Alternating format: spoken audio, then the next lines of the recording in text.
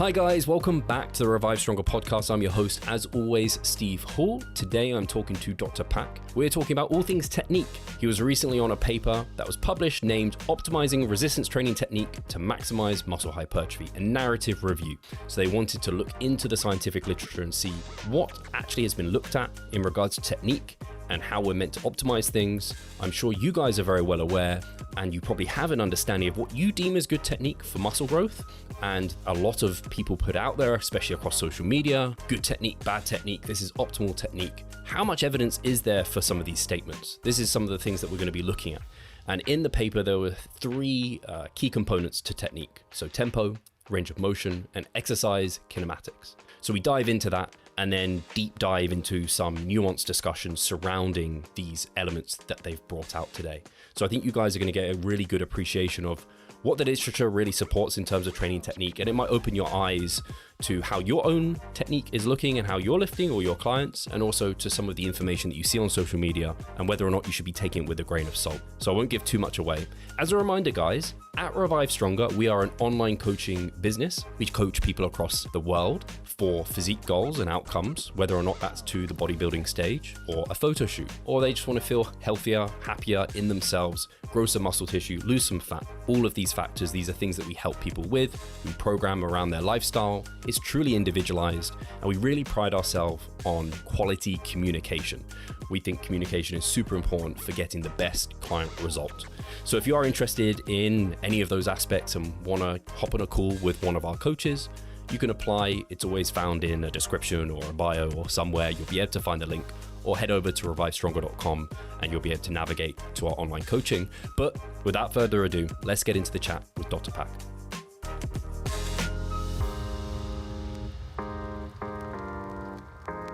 So Pak, you have been working away in your lab with your kind of lab coat on, the white jacket and the glasses and all of that science going on. And you've been working on technique and some papers and assessing them in regards to technique.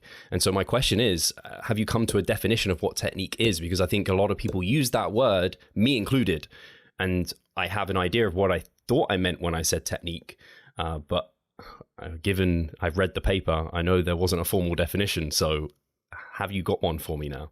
We have officially defined technique, but joking aside, yeah, it was very surprising when doing this this narrative review, essentially looking at how can one go about optimizing the training technique. We first had to sort of understand what does technique really mean, because it's a term that we hear so often in the gym. But in the literature, surprisingly, there wasn't much, if any, direct literature looking at technique, not only as a definition, but also as a concept. So the way we define technique, and by we, I mean our research team, and that's like on this paper, we've had people like Brad Schoenfeld, Max Coleman, Milo Wolf, and Alec Pinero, Brian Burke, and we also had the good Mr. Nipples. Mr. Nipples, yes, exactly. So we defined resistance training exercise technique as resistance training exercise technique pertains to the controlled execution of bodily movements to ensure an exercise effectively targets specific muscle groups while minimizing the risk of injury. This involves the orchestration of body positioning and alignment, range of motion, and repetition tempo. But I like that. And when I hear about it, this brings up a term I thought of. The immediate thing I thought of when you kind of said it was the term like stimulus to fatigue ratio. Obviously, Mike Israetel coined that. So that kind of trying to target the muscles and minimizing the risk of injury / fatigue and unwanted fatigue, which it just, again, that kind of terminology just ends up linking loads of things. But like you said, there was like so limited literature looking into it. And when I think about just as myself as a personal trainer, like an online personal trainer, the amount of content you see out like in our space that is technique driven. And it's like, there's actually not like a even scientific consensus for what technique even meant, is surprising. And I think a lot of people probably have taken that for granted. So I think this is a really good step in the direction of investigating this further, because yeah, like you said, there really hasn't been much that's looked to even synthesize this, let alone there's not much even to synthesize there.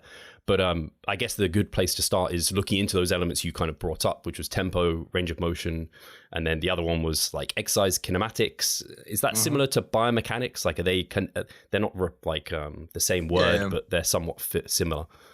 Body positioning and like essentially you performing a squat a specific way, or you have to have your stance has to be this wide for it to be correct, like things that you're used to hearing a lot. Like exercise technique is one of those variables that is often presented as maybe the most important variable in making gains by some. I'm not saying it's universally the same, but when you get into the gym, it is the one of the first boxes that you need to tick: good technique. And you're constantly reminded about good technique, and the importance of having a personal trainer often hinges on good technique. You need somebody to make sure that you're lifting with good. That's what we offer as coaches as well.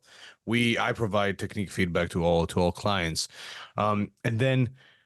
But then when looking at the literature specifically from a muscle hypertrophy standpoint, because as you said, plenty of content out there, looking specifically at technique modifications, when we look at the direct evidence, things are not as clear as we'd like to be. So let's just, how do you want me to tackle this? Component by component? I was just going to say, I guess absence of evidence isn't evidence of absence, if that makes sense. Like, for sure, just the fact, like, that's not discounting that any information that people out there on technique, you and me included, is to be discounted and says, oh, it's a load of rubbish. It's just we haven't investigated a whole lot. But yeah, I guess starting with tempo then, which obviously, so I think most people listening to this will know, but it's like referring to the time spent at various portions of the lift. So you have like the eccentric lowering phase, you have the concentric raising phase, and then whether or not you pause at various ranges of motion, I guess. I mean, that's not really been looked at particularly much. But what did your review find? I won't kind of divulge too much there.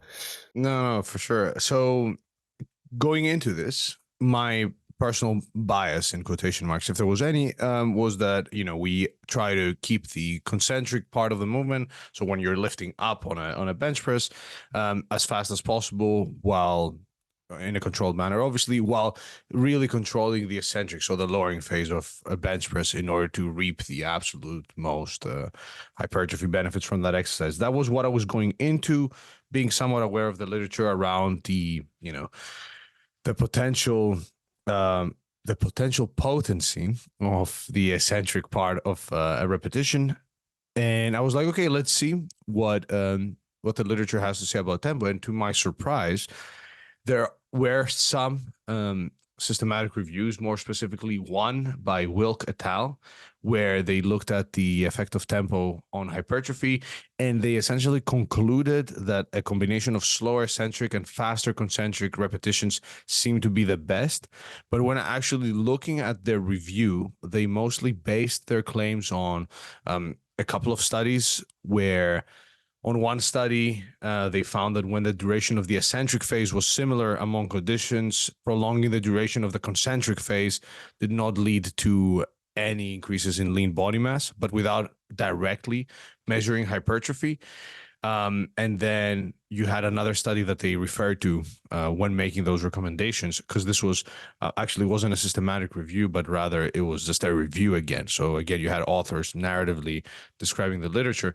And they also quoted another paper by Nogueira et al., where they showed that a faster concentric resulted in greater hypertrophy versus a slower concentric phase in older men. And based on that data, they were like, hey, probably don't slow down the concentric, keep the eccentric slower, and that's the way to maximize gains. But when looking at a table they provided with like potential combinations, they had listed every possible combination you could imagine, which was a bit confusing. And then looking at the literature, without boring you too much, if we look at the current available literature and the studies that have looked at specifically manipulating eccentric and concentric tempo, things are not very, very clear. There are some studies where they compared, for example, 2 versus 4 seconds on hypertrophy, and the group that performed the longer eccentrics, so the 4 second eccentrics, experienced greater increases in vastus medialis muscle thickness, but not like overall there were no major differences. But then on the contrast, there was another study that found that a 1 second eccentric resulted in marginally greater quadricep muscle thickness versus a 3 second eccentric in trained men when doing a leg extension. And then the same was also seen from a study where they looked at squatting, and they found no differences in thigh cross-sectional area between a 2 and 4 second eccentric group, and both groups had the same concentric tempo. And then even more contrastingly, you had a study by Gilles et al. Comparing a group performing exercise using either a 6 second eccentric and a 2 second concentric versus a 6 second concentric and a 2 second eccentric. Does that make sense? Yeah, it was very mixed. Like, and yeah, it's just like you said, there's so many combinations that you can put out there. So it's like, how are we going to eventually investigate all these various combinations? Yeah. And as you said, some are showing that slower eccentrics, faster concentrics are winning, and then others are showing the opposite. So it's just like one of those situations where we don't have there's not a clear understanding. Yeah, exactly. So like even when they looked at a slower concentric, even though other studies showed that may be somewhat deleterious to muscle gains, that study, the last one that I mentioned, they found that a 6 second concentric was the group that did that experienced greater increases in vastus lateralis type 1 and 2A fibers, whereas the 6 second eccentric group only experienced increases in vastus lateralis type 1 type 1 fibers, which shows that overall it does indeed appear that you can make really solid gains as long as your repetition duration is somewhere between 2 to 8 seconds, and there is some eccentric control where you don't sort of allow the weight to free fall complete, like you would do on a powerlifting deadlift, where you would not control the eccentric whatsoever and just essentially barely hold the bar while letting it slam on the ground. But as it stands, it is unclear whether extending the eccentric, as we often see, and as I have instructed clients to do so, it is unclear as to whether that really has much more to offer. My personal hunch is that it probably doesn't have much more to offer.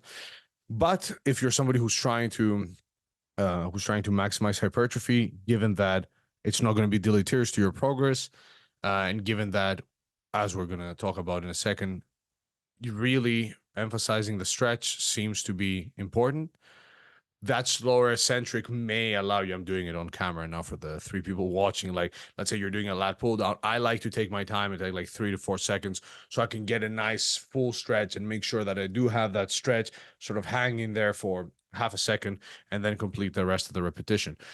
But that's just me saying, hey, if you're absolutely trying to maximize hypertrophy, it's not that it's a bad idea, but don't think that if you have a trainee or yourself, if for any reason you don't like on certain exercises to take your time during the eccentric, as long as there's some control, it's likely that you're making most, if not all, your gains. Yeah, I like that. That summary is perfect because, yeah, I think a lot of people listening will have heard a 2 to 4 or even maybe up 2 to 6 second eccentric is like, or 4 to 6 seconds or whatever it is, you know, there's a variety. And I think every coach and even trainee probably has their preference of an eccentric that they like, maybe even for a specific lift. And where there is the absence of evidence, the evidence you have then is like your personal experience with clients, yourself. So it's challenging to make I think the thing you're trying to suggest here is like having a very black and white 2 to 4 second eccentric is the best for maximizing muscle growth. It's a bit of a strong black and white statement given how little data we have to support that. Yeah, exactly. That's the main issue here. The main issue is not with one is not supposed to go, oh, we don't have evidence on this. Same with deloads, right? 2 years ago, no evidence on deloads. It's not like we were advising people to not deload. We were pulling data from wherever we could, like previous detraining studies and experience. It's just that if you see somebody being very dogmatic about a specific eccentric or concentric tempo, and making it seem as if you are missing out on a lot of gains if you're to control the eccentric for 1 or 2 seconds less, Just be skeptical. That's all I'm saying. And at the same time, on the tempo topic, I don't know. I think that we have studies, like there's been studies that have been done versus, for example, kinematic modifications to exercise where we actually don't have a lot of evidence. And I think that we would, like, there's no consistency here. So I don't know if I had to bet, and I wouldn't bet all my money on no difference, but I would bet a fair amount of money that as long, again, as you're staying, if you're staying between 2 to 8 seconds and you're going to close to failure, that it's not going to make a huge difference if it's like 2 seconds versus 4 seconds when it comes to the eccentric. Yeah, it's that thing you mentioned there, is that close to failure. It's like that's like the key principle that matters for muscle growth, probably, is like that you're taking that target muscle close to failure. How you get there in terms of that tempo, at least within this range of 2 to 8, seems to matter much less at this point. Mm-hmm. Yeah, there is some evidence showing that you could be leaving some gains on the table if you were to go even slower.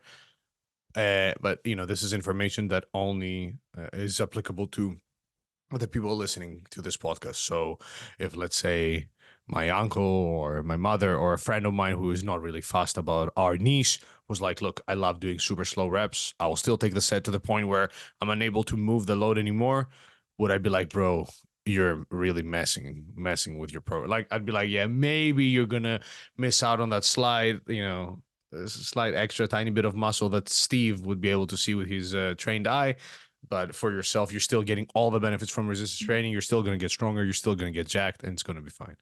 Yeah, well said. And I might, I want to run through the paper, and then I have some like additional just thoughts from just speculation on my part on some various aspects that we might dig into a little bit more. So we'll go on to range of motion, and obviously we've spoken about range of motion at length on this podcast, just totally, but also you've been on to speak about it at length.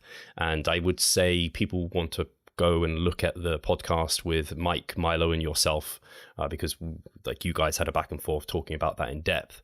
But for those who haven't kept up with that and just want kind of somewhat of a summary, I know there was a recent systematic review actually, and then there's like a couple of additional papers that have come out since even that chat that we did with Mike. Where do things stand with range of motion as it pertains to the technique we want to take for max muscle growth?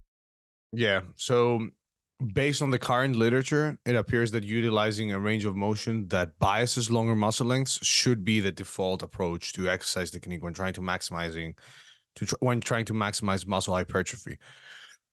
For example, if you sit on a chest press and you're able to adjust the seat so you can get a bit more of a stretch, that probably makes sense from a maximization standpoint, because you'll be able to spend to train at longer muscle lengths. The same goes with using a cambered bar on a bench, or again, adjusting the seat on a chest supported row where you can get that extra bit of stretch versus stopping at the point where your arms are still slightly bent. Although going full on lengthened partials may lead to greater gains, or let me put it this way, although cutting the end ROM at short lengths may not be giving us much benefit, and perhaps stopping before that may actually lead to more gains via different mechanisms, hypoxia being one that was discussed on a classic paper. We need more research on different range of motion configurations to draw stronger conclusions on the topic. And additionally, the current literature we have on the long muscle length training is limited to a few muscles, and therefore therefore we should be somewhat cautious in terms of how we word this. So, and that's why, because we're talking about technique and the different variables of technique versus methods that you can employ in order to check these, because like a method, for example, for ROM would be, you use a 1 second concentric, 2 second eccentric tempo, or any different configuration. But we've given you a broad range that seems to be fine. Similarly, with range of motion, it seems that as long as you're biasing long muscle lengths, as long as you're making sure that happens, you are ticking a lot of boxes from a technique optimization standpoint. Now, full ROM or partial ROM, or like 85% wrong, because it's not like we've investigated that. We're not 100% sure just yet, but it makes sense that you do modify your range of motion so that you can get that extra stretch. And I think that makes a lot of sense. Like making sure you get a really good stretch on the muscles. I guess the difference here to the kind of tempo element is you could have a lot of exercises within your program, and some of them might not get you to as long a muscle length as others, but it's like as a whole, you want to be getting to the longest stretch position within the, as for technique for that exercise as a whole, you want to get to the lengthened portion of that exercise, like a preacher curl. Like you want to have that, your arm nicely out in front of you. It's not like preacher curls, you just shouldn't do them. Exactly. And again, all this is in the context of optimizing, and this is not yet fully confirmed by the research in the sense that we've identified the different variables. But at the same time, it's not that we have studies comparing the combination of variables that we are proposing as the optimal combination of variables versus other combinations of these variables to truly see whether that makes a difference. So again, view all this in the context of optimization. It is not that even if you do a preacher curl and you don't get the full stretch and you stop like a couple of degrees short from your elbow being fully extended, it's not that it's not that that is going to make a meaningful difference for the average individual. Or if, let's say, there's some discomfort, like, again, we're talking about little details, but on principle, if you're somebody who's in there and you want to maximize gains, it makes sense to adhere to make those small, but potentially in the long term, meaningful adjustments overall in your program. Because if you do that overall, it may be that you actually look at a meaningful increase in gain. So if you were cutting your squat depth short, or you were stopping just at parallel, going much lower based off the results of this narrative review, then that may actually get you more gains. Absolutely. And I guess a part of this is also trying to generate tension in that lengthened position, which gets to that like optimization question again. It's like, maybe the like facing away single arm Bayesian curl from Menno, where you are getting the bicep fully lengthened by letting the elbow come behind the body, and then maybe you have the cable at hand height, so the tension is immediately the toughest in that portion. Like if you were to look at one exercise for the biceps and you compare that to, I don't know, just a preacher curl, like a dumbbell preacher curl, maybe you could say, from what we know now, this is quote unquote the best choice. But it's the program as a whole that matters most. Just like individual foods, you could make an argument that, I don't know, X food is micronutrient like superior to like another one, but what is your diet like as a whole? And are you getting enough micronutrients? Are you getting enough ranges of motion that are in that long muscle length that are under tension?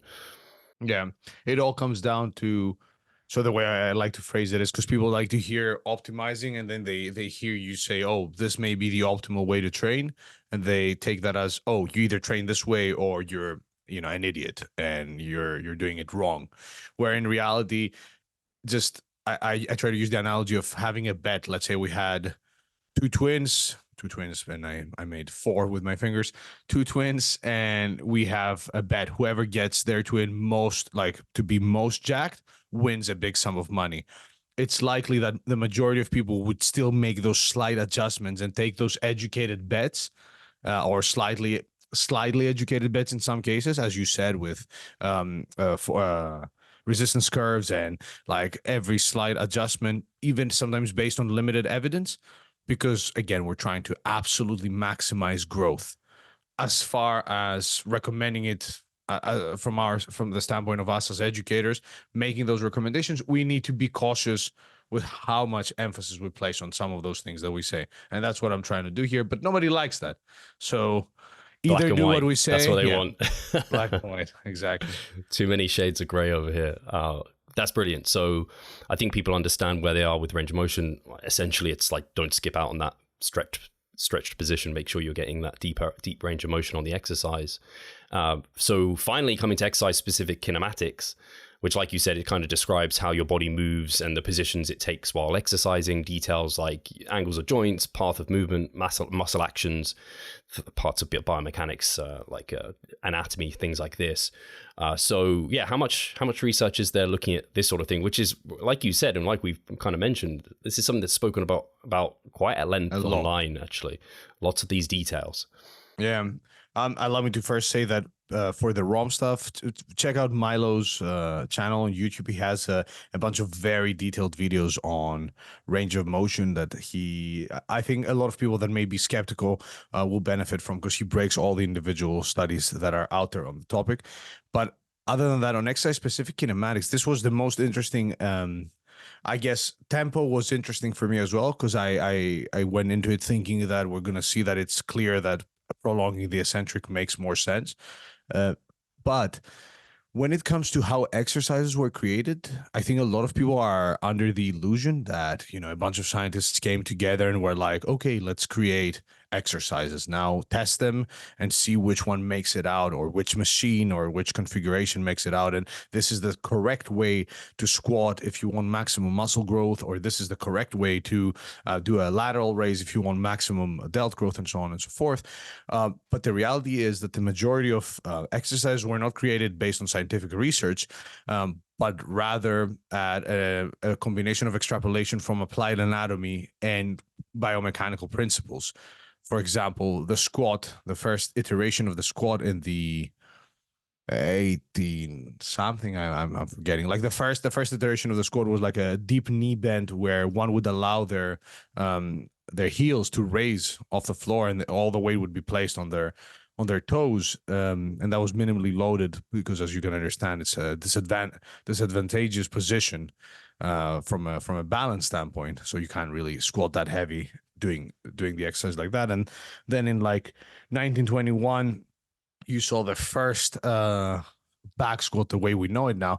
And as it evolved, and bodybuilding and powerlifting sort of became a thing in the 70s and got more fame, more exercise started popping up. People suggested exercises, and those then made their way into textbooks. Those textbooks were then quoted by people. Those people were then quoted by other people. Exercise companies started making machines that they came up with based on, again, extrapolation from applied anatomy and biomechanical principles. And that's where we are at the moment. As far as the guidelines that exist when it comes to like grip width, foot positioning, bar placement, there are points that you can make from a biomechanical standpoint as far as efficiency goes. So like doing a deadlift with a bar really far away from your body is going to be much less efficient than having it close to your body. But from a hypertrophy standpoint, there is maybe, I think, a couple of studies, one on the calves, and there's another one on the leg extension, where they actually made adjusted like toe pointing, where they pointed forward, to the right, and so on and so forth, and saw a difference in muscle growth. But as far as general exercise-specific kinematic modifications go in hypertrophy, we don't have much evidence, if any evidence. So like when you hear somebody say, okay, do the lat pull down this way because that will use your lats more, insert biomechanical reasoning for that, perfectly fine, especially if you're, geeking out and you're optimizing.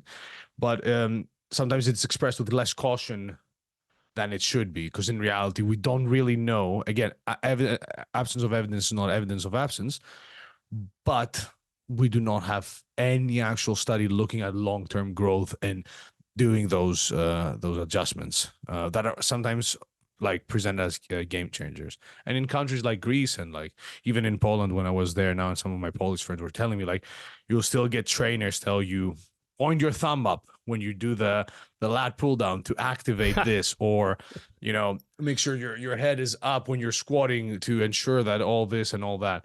So I actually, just off the top of my head, I even can think of one that's currently kind of debated, at least in our space, and that is the seated hamstring curl, like leaning forward to get an extra hamstring stretch, or is that actually not stretching the hamstring more, and we're actually like causing a nerve, and that's the sensation we're feeling, like the sciatic nerve or whatever. So I know that's debated, and I see people in our space who, all evidence-based practitioners, I would say, are kind of giving their kind of 2 cents either side. So it's like some of these things are just not agreed upon. Like you said, we have the calves, like point your feet like out and in to try and kind of get a different effect on the calf there.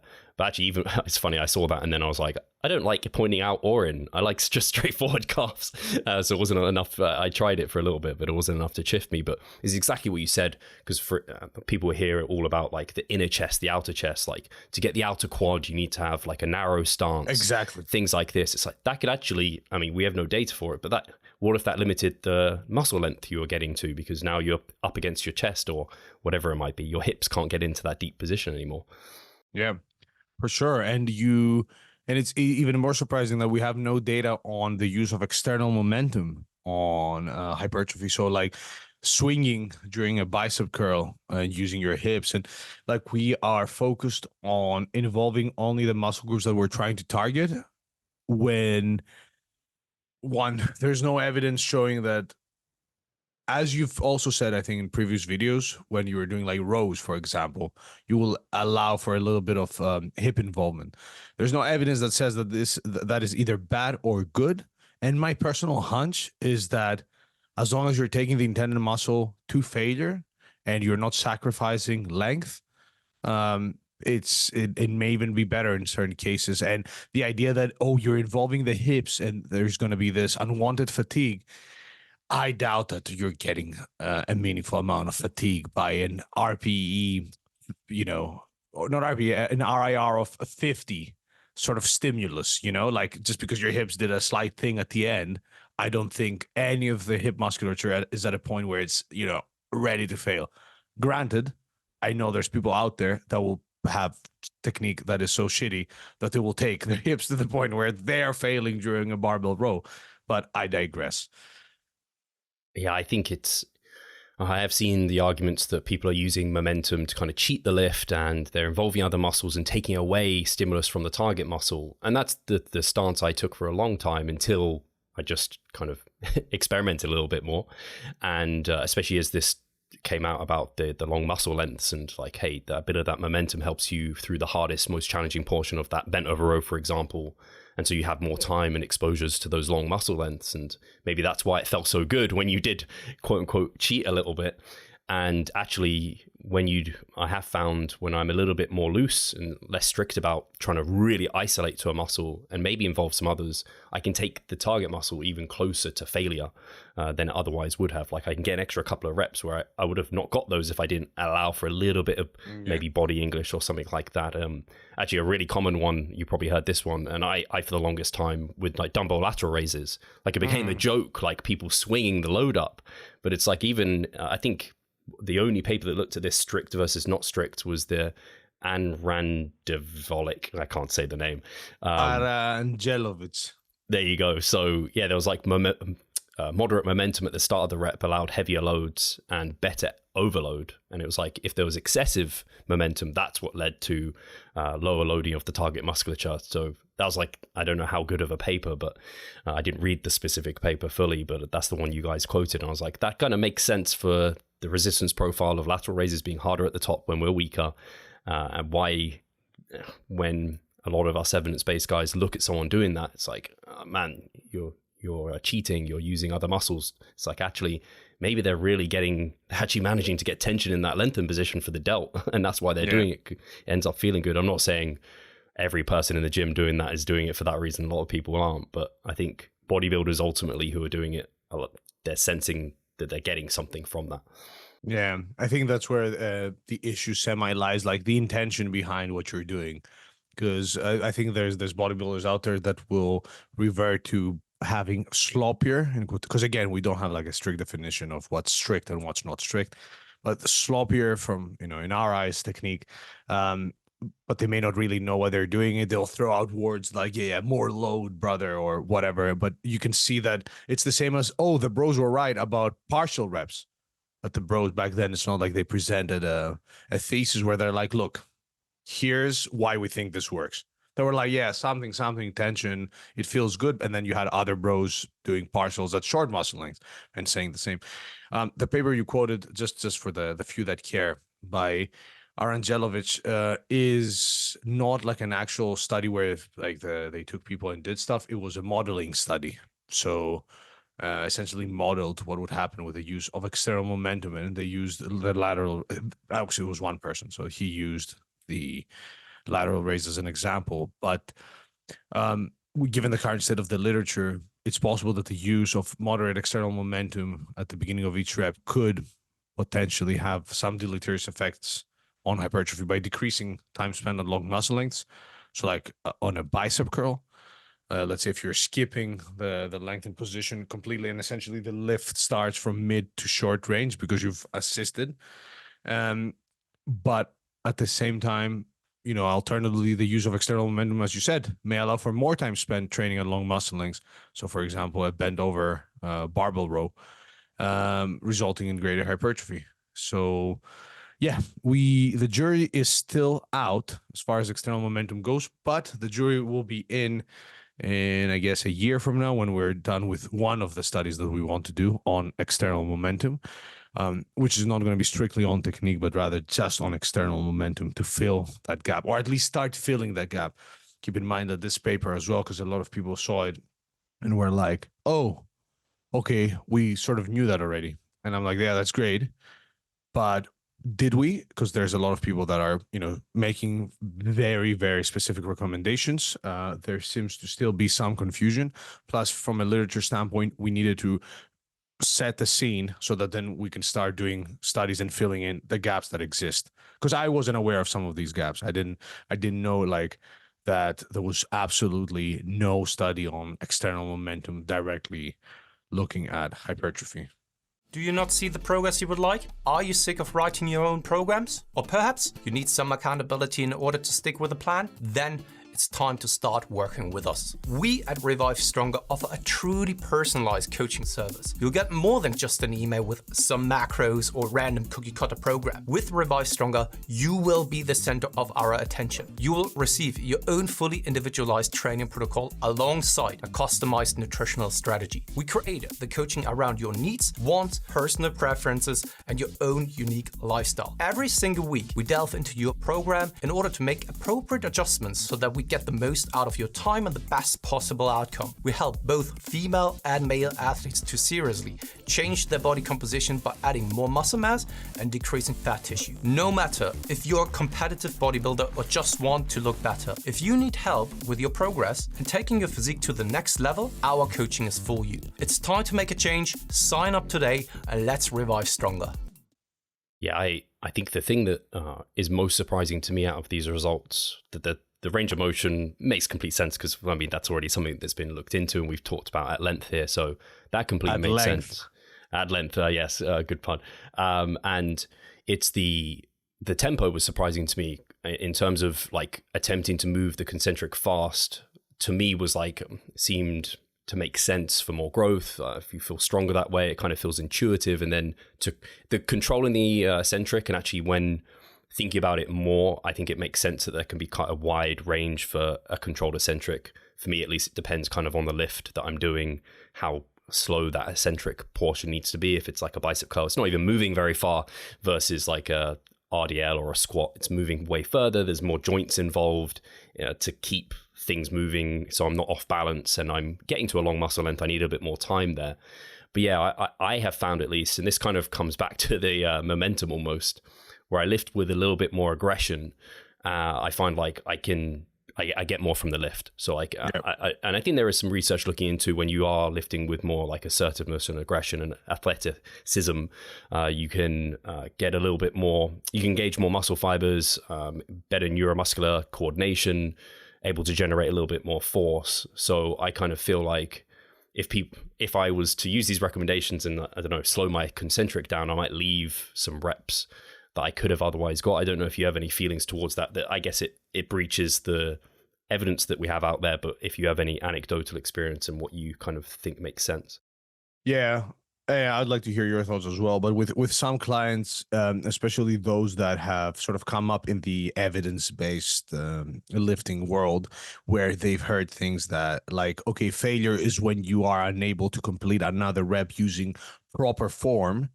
proper form being vaguely defined as something extremely strict because science and we are scientists and we are robots that are performing exercise now. And if it doesn't look like somebody said it should look, then that's, that's bad for whatever reasons still not really clear.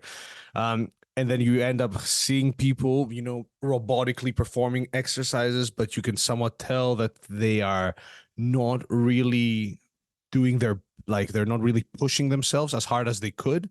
And if you do a bicep curl very controlled, and you're not fully in sync or experienced with the feeling of discomfort and failure, anecdotally, right? This is just me now observing things. I think that some people do leave many reps in the tank because they are so overly focused on keeping things extremely controlled, where their perception of how much they have left in the tank is sort of skewed. And if you were to tell them, okay, let's push now, I'll give you 10,000 pounds if you get 5 more reps, and they go, all right, let's go and push as hard as we can, they may be able to get another like 4 to 6 reps, not with 100% control, but still controlled enough, right? Maybe with a slight contribution of the hips to get those last 2 reps going, but overall still looking pretty strict. So yeah, I would definitely agree with you there. I'm not sure if you've seen the same with some clients, because you work mostly with like bodybuilders and stuff. I absolutely have. I've had to encourage people to get, particularly on like pulling movements, but on a variety of lifts. Like if they don't get a little bit like aggressive and like let that technique maybe not look pristine, I do find that they don't get. And the principle I'm kind of trying to nail down there is like, if your technique is leading you down a path where you can't take the target muscles close to failure, that's not a good technique for lifting hypertrophy. Like it's just not going to work well for you. So if you've got this, and again, concentric speeds will slow down just as you fatigue and get close to failure. So if you're trying to maintain this, 4-second concentric and lift real slow, like that's, I mean, you'll at some point that won't work well for you in terms of taking that muscle close to failure. And exactly like you mentioned, without that slightly more like aggressiveness and maybe not having a strict definition of, or having a bit of a range of what acceptable technique is. Exactly. And that's allowed people to reap the rewards from that for sure. Yeah. And like a lot of people will then drag injury to the mix here and say, yeah, but what about injury? Let me roll in the mud first, using a non-evidence-based, well, not evidence-based. Let me roll in the mud here. Just let me humor me. So like you have sports like football, aka soccer for the Americans that are listening, rugby, any sort of basketball. You're changing direction, you're bending, you're jumping, you're getting hit, you're doing that. You're not meant to be this sort of perfect robot-like system that cannot deviate from certain movements. You're meant to bend, to jump, to twist, to do things. So I find it ridiculous that in the context of resistance training, and specifically high intensity, continuous, high volume resistance training, people are so surprised that, oh, I have a slight pain here, or oh, I sustained some injury. Like, yeah, bro, okay, that comes with the territory. You're trying to be as jacked as humanly possible, and you're in there 7 hours a week pushing yourself to your limit. Like it makes sense that at some point something will happen. But as far as like direct literature looking at exercise technique adjustments and the minimization of injury risk or whatever, there's no direct study where they've taken, a bunch of people and said, okay, we're going to do this way and this that way and this the other way, and seen anything. And like commonly emphasized technique guidelines that sometimes pertain to the reduction of injury when lifting, such as like lumbar spine flexion and lower back pain. If you look behind the curtain, sometimes some claims are based on mechanistic evidence, both in like human and animal cadavers, versus like actual longitudinal or cross-sectional evidence in humans that are alive, with even papers like to flex or not to flex. Is there a relationship between lumbar spine flexion during lifting and low back pain? A systematic review with a meta-analysis. Like that paper, for example, found that there was no association with lumbar spine flexion and low back pain. I'm not saying throw anything you know about exercise technique or like following certain sort of guidelines that you see in exercise tutorials and stuff, but the idea that a slight deviation, assuming that you're being somewhat consistent with your exercise technique, but slight deviations from that, or even your usual technique, doing that extra little bend when you're lifting, if that was so deleterious for injury as some people make it out to be, the majority of the athletic population would be in wheelchairs. Strongmen wouldn't exist as a thing, as a sport, because it's the more extreme where you're like picking up rocks and pressing and bending, and you're pressed for time, so you're rushing through things as well. Yeah, all that to say that, you know, if you're hearing this and your mind is going, yeah, but I'll get injured if I'm slightly sloppier with my bend over rows, don't nocebo yourself. It's likely that you're going to be fine, and it's likely that you overdoing it with training volume or doing things that you're not used to is going to be worse than that slight involvement of your hips. I really like that you brought that down to, because what you're talking is sloppy. I think most people would look at you training in the gym with like the sloppiest you'd allow and be like, that's pristine technique. Like most average people would look at you and be like, that's awesome. True. Or most big, huge bodybuilders probably would say the same. But like in our smaller niche where we have had that kind of very precise definition of technical kind of failure, and it's like black or white, it's like it's this range, and like it's slightly more sloppy. And I've been there where, and everyone has this, like you progressing, you're adding load, adding reps, and maybe you get to a point where you're like, that's too sloppy. Like it's now fatiguing me in ways I don't want. I'm not generating the stimulus where I want it. I'm going to reset and then go again. And that's kind of what you're coming to. And I liked that you also mentioned it's kind of consistent technique within a range. You're not talking about 1 week you kind of completely like change your technique to look wildly different from the other, because people will say, oh, you can't then monitor progress very well, and maybe that's not ideal long term, but it's all within reason in this regard. Yeah, exactly. Like an example would be on a lat pull down. Like I still see people doing these ridiculous lat pull downs where they're like legitimately reaching almost like a 90 degree angle with the floor. Where even there, like if I'm going to be that guy at the Christmas table, even there, if they've started and taken the set to failure, and now they're just unnecessarily fatiguing themselves by just, I don't know, doing essentially, I don't know, training their back or training their erectors or whatever, I'd still say that they're probably going to get quite a bit of hypertrophy for their lats and back musculature if the first reps of that set were controlled and they took that, like they did 5 reps to failure, and then, you know, another 5 reps of like YOLO, although it could be suboptimal because of the extra fatigue, blah, blah, blah. And why do it, you know? But like on a lat pull down, you going from being like super straight or just slightly leaning back to allowing for a bit more of a lean on those last 2 reps, and maybe going a bit forward and leaning a bit back to get that extra rep. That sort of deviation, I doubt makes any meaningful difference. It has any meaningful negative effect on injury or hypertrophy or anything. Yeah, I love that. Those are some of the things I was thinking about. Is like maybe your eccentric is half a second to a second like faster than what you had been trying to do for the other reps, or your knees shift in ever so slightly on like your squat pattern, or like you said, like you get slightly less range on a lat pull down, whatever it might be, or your torso position slightly shifts. Those are the people where I see them calling sets at that point. I'm like, man, now that's where you're struggling to maintain good positioning and keep your muscle to the flame. These are the reps that are probably getting closer and closer to true muscular failure for you and going to count the most. And you've just stopped just shy of that good stuff. Yeah, exactly.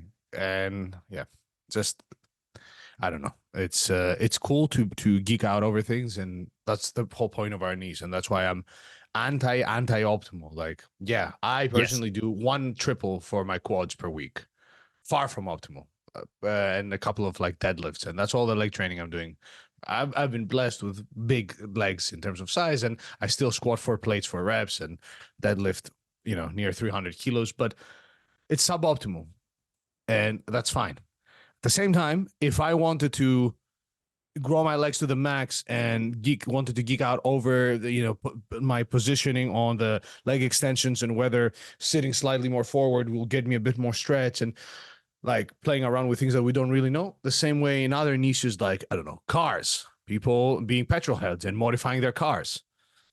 I'm not sure how much evidence there is for a lot of things they may do in order to get that extra horsepower, and whether that makes a difference in this. And like, this is our niche. We're having fun with it. It's totally fine. We all know that just lift consistently with high intensity will get you jacked and strong for general people standards. But, we are dealing with bodybuilders and people who are geeking out for the sake of geeking out. Yeah, I like that. I was just having a conversation with Coach Kasim Hansen on the show, and we talked about integrated partials and how he learned that. I think John Meadows was a proponent of those, and so he'd been using them for a time. It's like there was no evidence necessarily to back up their use, but John had found that they were a applicable tool, and he was trying to be like on top of kind of doing things as quote unquote optimally as he could. But I think John was a very reasonable guy. You ask him, like, what evidence you got to support this? Like, I just have a hunch. Like, it just feels great, whatever it is. He's not going to say, oh, everyone should do this to optimize growth or whatever. And maybe then science comes in and refines our understanding of these things, where maybe these swinging bent over rows just don't swing and come halfway up. Like, oh, these swinging lat pull downs, like, just do that first 50% of the range of motion or what have you, and we can get a better understanding.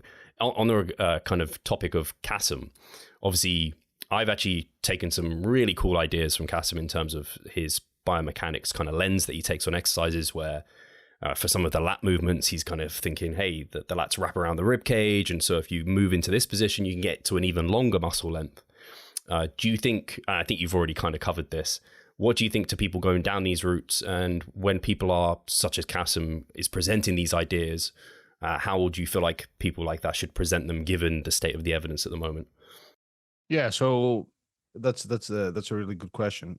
And I've said it on another podcast that those things are perfectly fine. Like the fact that Coach Kasim wants to show people how they can perform exercises to be potentially better, again, making a relatively educated bet based on biomechanical principles and anatomy on what could be better. And I assume that he also advises people that, hey, make sure it's feeling good as well. If you're feeling pain and a lot of discomfort and it's feeling like absolute dog shit, probably do it the other way.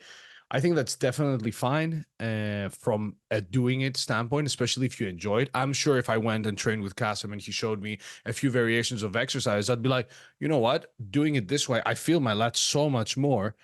I don't know if it's making a difference versus a lat pull down, but I am a lifting geek at the end of the day. I like how this feels. I will do it this way. And if in 10 years we have a ton of evidence saying it's shit, I will stop doing it. But as long as you're ticking certain boxes, it's probably fine. So perfectly fine to consume that sort of content.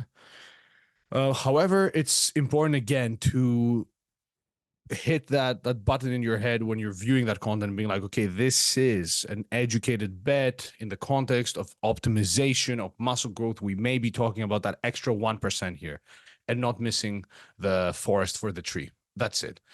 As far as like a piece, my opinion on people making that content, and now that's we're moving away from Coach Kasim, because there's plenty of people on TikTok that try to, because like Coach Kasim has his whole business and courses and stuff he's established, but there's people out there that are trying to come out with the shock value sort of type of content, where they will tell you you're doing this wrong, and then they will give you an explanation, and you'll hear a lot of biomechanical reasoning and muscles and insertions and stuff that if my younger self saw, I'd be like, okay, this sounds pretty convincing. Like, fuck, I've been just doing lat pull downs all this time. I'm missing out on so much progress.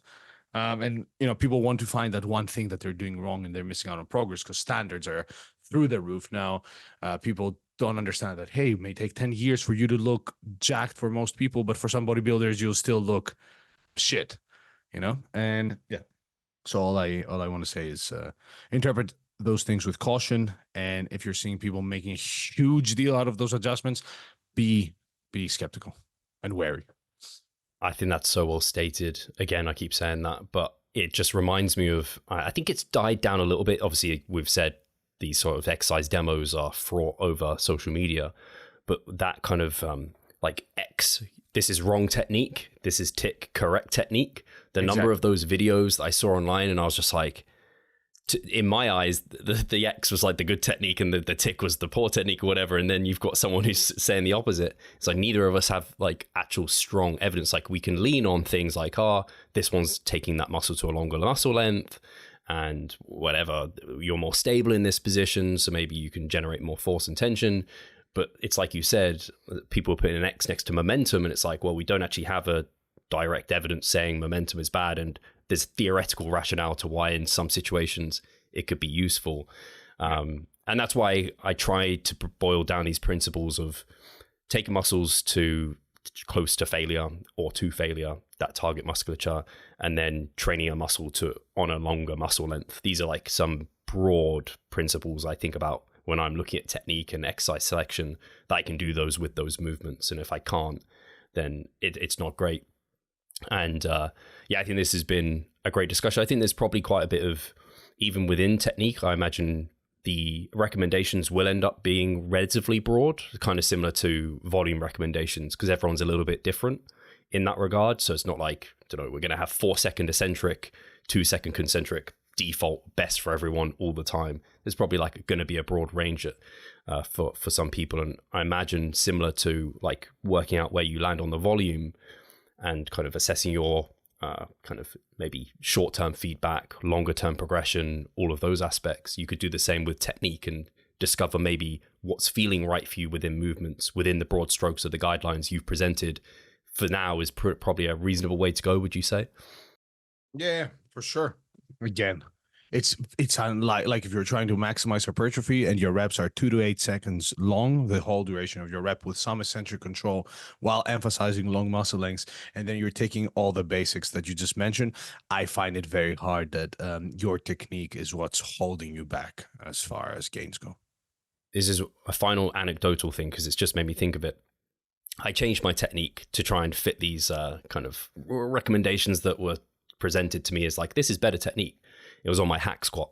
And so I'd slowed down my eccentric. And I think I was, 4-5 second eccentric. And man, I did not maintain that for very long because I just found it felt like it took away from the lift. And as I progressed that lift, I ended up falling into like my default tempo that I had for that lift. I don't know if you have this, Pack, where you just find for sure you have this sweet spot of a tempo that just feels like it feels good and you're able to progress things well. And if you try and deviate too far from that, especially going much slower, you just end up falling back into this tempo. Yeah, and that's why like this paper, yes, it's not giving you the magic number, but I feel like that range is giving you so much more than just a magic number. I mean, okay, if there was a magic number, that would be best because that's the magic number. But as you said, there are exercises where going slower on a lat pull down, I sometimes take 4 to 5 seconds to really feel that stretch because it just feels good. On other exercise like an overhead press, it will be like a 1 to maximum 2 seconds eccentric because I can't breathe and it feels uncomfortable. So it's good to know that, we're not leaving gains on the table because we're not doing the hard work of taking it much slower. I keep saying final. Do you have any thoughts on pausing? Because that's been something that's been quite strongly recommended, is like taking a pause in that stretched position. But actually, I don't know if you've seen the video, but Menno Henselmans did a video on the stretch reflex, getting to that position. He was saying in some situations, you might not want to pause, or at least you don't want to remove that stretch reflex there. You just want to control and almost use it, and you can generate more force and tension there, which I found interesting and quite compelling in some situations. And it could be situational dependent. But yeah, I don't know if you took anything from that discussion there or have any thoughts on, like, it might actually, in the end, I think Menno kind of said this, if you pause or you slow down that portion, you get more time in a long muscle length, but you might reduce the tension or the less reps or something. But if you use the stretch reflex, you might be able to produce more tension there and get more reps. And they might essentially, like, your exposures at that hypertrophic range of motion might be equate and you kind of get a similar result in the end. Yeah, I think that's where I'm probably leaning towards. I like to pause on some exercise that it feels comfortable. Again, like a lat pull down, sort of allows me to reset, and mostly it feels good on my left shoulder because it's sometimes if I do very sudden movements, sometimes it bothers me. But again, I'm not sure. I would again urge caution with people that are telling you that unless you're like pausing in that stretch position, you are missing out on gains, or that it's the best thing you could potentially do.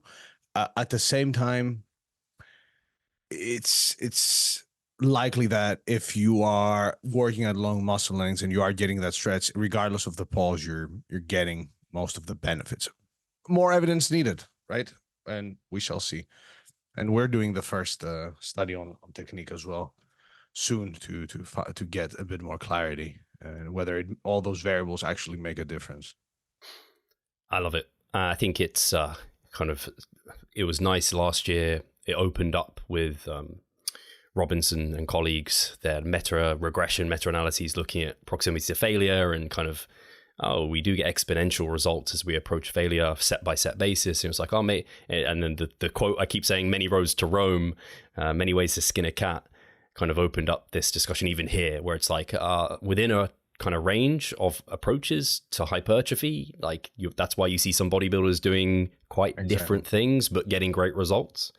And maybe it's a bit of a journey of self-discovery within that, which is going to be your quote-unquote optimal, but there's probably many routes that are going to be fruitful for you on average. Probably have these extreme individuals where they need to do the super slow training to grow the best herb. Maybe not, but we don't have evidence. I can't say. Absence isn't required.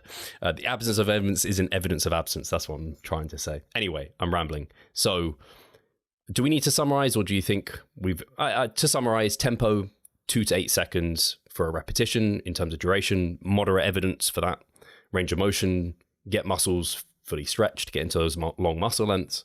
Again, moderate evidence for that, and that's growing. And then basically the last one I had to lift in a way that allows you to take the target muscle close or to failure. Don't need to obsess about these tiny deviations in technique, and that might be holding you back. Yeah, as far as the current evidence goes, that's perfect. And we're doing the study that we're going to be doing. We're going to be looking at taking those variables. I don't want to say much about the methods because there's going to be some blinding involved, but we essentially want to see whether optimizing training technique actually makes a meaningful difference versus other sort of conditions that are ecologically valid as well. So we're going to try to have a study that sort of recreates what happens in real world scenarios, but more on that in the coming 7 to 8 months, because we have to run the study and so on and so forth. Awesome. I'm excited for it. We have to get you back on to discuss that. And Pak, as always, it's a pleasure to speak to you, and I appreciate you coming on and actually doing looking into these areas, because it's kind of those, again, I think people take it for granted that there's a certain way to do things. It's actually when you dig a bit deeper, as you did, you discover something. And I think that's been useful for people. If people want to learn more about yourself or keep up to date with what you're doing, where should they head? I am on Instagram at Dr. _Pak on my YouTube channel. If they write Dr. Pak, Dr. Pak, they'll find me, and all my links are there. But Revive Stronger is my new home, so you can find me on Revive Stronger exclusively. Amazing. I'll make sure they're all linked in the area where they can be linked, so you can discover Pak and keep following him and what he's up to. Guys, thank you so much for listening. We'll talk to you soon.